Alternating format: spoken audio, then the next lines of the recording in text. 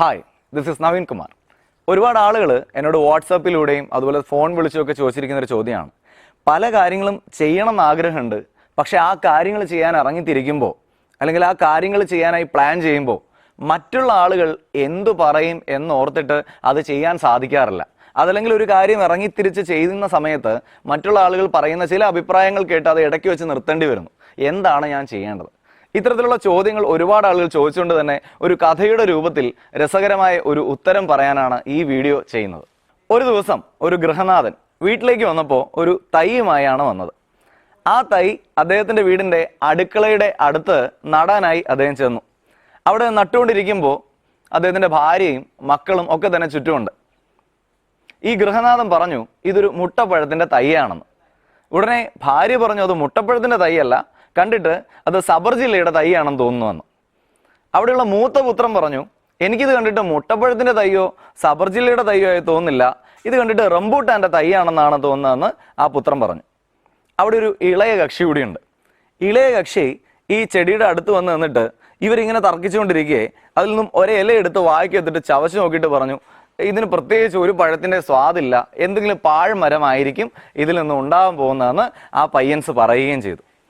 അങ്ങനെ ഇവരിതൊക്കെ പറഞ്ഞ് അവിടെ നിന്നും പോയി. കുറച്ച് ദിവസം കഴിഞ്ഞ സമയത്തും ആ ചെടി അവിടെ തന്നെ ഉണ്ട്. ചെറിയ കുട്ടി അവിടെ വന്ന് ഈ ഇല ഒന്നുകൂടി എടുത്ത് ചവച്ചു നോക്കി, പാഴ്മരം തന്നെയാണെന്ന് കൺഫേം ചെയ്തിട്ട് പറഞ്ഞു, നമുക്ക് ഈ ചെടി ഇവിടെ നിന്നും പറിച്ചങ്ങ് മാറ്റാം, കാരണം ഇത് വലുതായി വന്നിട്ട് പ്രത്യേകിച്ച് ഉപകാരമൊന്നും ഇല്ലല്ലോ എന്ന്. പക്ഷേ ഗൃഹനാഥനായ അച്ഛൻ പറഞ്ഞു, മോനെ ഇപ്പോൾ അത് പറിച്ചു കളയണ്ട, അത് വളർന്ന് വലുതാവട്ടെ, എന്നിട്ട് നമുക്ക് നോക്കാമെന്ന്.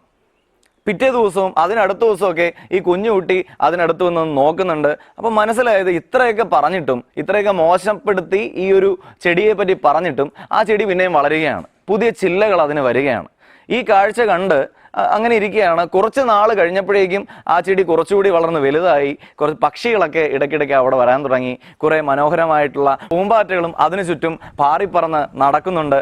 കുറച്ചു കാലം കഴിഞ്ഞപ്പോഴേക്കും അത് വളർന്ന് ചെറിയൊരു മരം പോലെയായി. ആയ സമയത്ത് അതിന് തണൽ കിട്ടാനായി ഈ കുട്ടികളൊക്കെ അതിൻ്റെ ചുവട്ടിൽ വന്നെന്ന് കളിക്കാനും മറ്റും തുടങ്ങി. കുറച്ച് കാലങ്ങൾ കഴിഞ്ഞപ്പോഴേക്കും ആ ചെടി ഒരു ദിവസം ഫലം പുറപ്പെടുവിച്ചു. വീട്ടമ്മയാണ് ഇത് കണ്ടത്. വീട്ടമ്മ മക്കളെ എല്ലാവരും വിളിച്ചു വരുത്തിയിട്ട് പറഞ്ഞു, മക്കളെ, ഇതൊരു പാഴ്മരമല്ല, ഇത് ചാമ്പങ്ങ കിട്ടുന്ന നല്ലൊരു ചാമ്പ മരമാണെന്ന്. ഈ സമയത്ത് ആ കൊച്ചുകുട്ടി ഈ മരത്തിൻ്റെ അടുത്ത് വന്ന് നിന്ന് മരത്തോട് ചോദിച്ചു, മരമേ, നിന്നെ ചെറുപ്പത്തിൽ ഞങ്ങൾ എന്തൊക്കെ പറഞ്ഞിട്ടുണ്ട്, പലതവണ പറിച്ചു കളയാനും ശ്രമിച്ചിട്ടുണ്ട്, എന്നിട്ടും നീ വീണ്ടും വളർന്നിപ്പോൾ ചാമ്പങ്ങ ഞങ്ങൾക്ക് തരുന്നു, എങ്ങനെ നിന്നെ കൊണ്ട് സാധിച്ചു എന്ന്. ആ സമയത്ത് ചാമ്പമരം പറഞ്ഞ ഉത്തരം ഇതാണ്, നിങ്ങൾ എൻ്റെ അടുത്ത് വന്ന് പല വിമർശനങ്ങൾ ഉന്നയിക്കുമ്പോഴും എന്നെ വളരെ മോശമായി നിങ്ങൾ പറയുമ്പോഴും ഞാൻ ആരാണെന്ന് എനിക്കറിയാമായിരുന്നു. ഞാൻ ഒരു നാളിൽ നിങ്ങൾക്ക് സന്തോഷം തരുന്ന ഫലം പുറപ്പെടുവിക്കും എന്നുള്ളത് എനിക്ക് ഉറപ്പായിരുന്നു. അതുകൊണ്ടാണ് നിങ്ങൾ എന്നെ പലതും പറഞ്ഞ സമയത്തും ഞാൻ എൻ്റെ ഇലകളിൽ കൂടി സൂര്യൻ്റെ വെളിച്ചവും വേരുകൾ കൂടി വെള്ളവുമൊക്കെ ആഗിരണം ചെയ്തുകൊണ്ട് വളർന്നു വലുതായതും നിങ്ങളെ സന്തോഷിപ്പിക്കാനായി ഈ ചാമ്പങ്ങ പുറപ്പെടുവിച്ചതെന്ന്. സുഹൃത്തുക്കളെ, ഇതേപോലെ നിങ്ങൾ ആരാണെന്ന് നിങ്ങൾക്ക് കൃത്യമായി അറിയാം.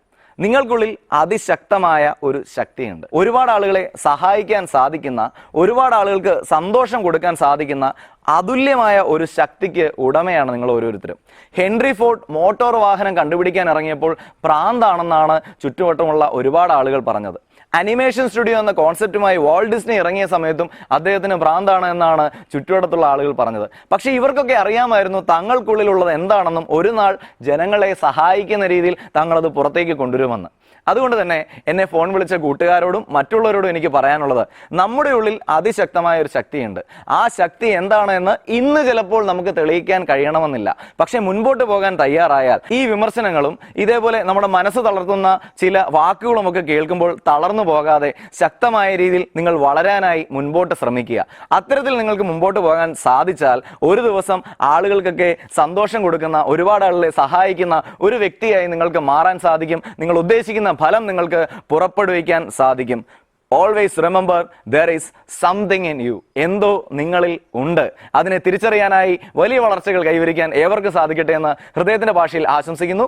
ഈ വീഡിയോ നിങ്ങൾക്ക് ഇഷ്ടമായെങ്കിൽ വീഡിയോയുടെ തൊട്ടു താഴെ കാണുന്ന സബ്സ്ക്രൈബ് ബട്ടൺ ക്ലിക്ക് ചെയ്തുകൊണ്ട് ഈ ചാനൽ സബ്സ്ക്രൈബ് ചെയ്യാനും ഇതേപോലുള്ള വീഡിയോകളുടെ നോട്ടിഫിക്കേഷൻ ലഭിക്കാനായി തൊട്ടടുത്തുള്ള ബെൽ ഐക്കൺ ക്ലിക്ക് ചെയ്യാനും റിക്വസ്റ്റ് ചെയ്യുന്നു. Thank you for watching this video.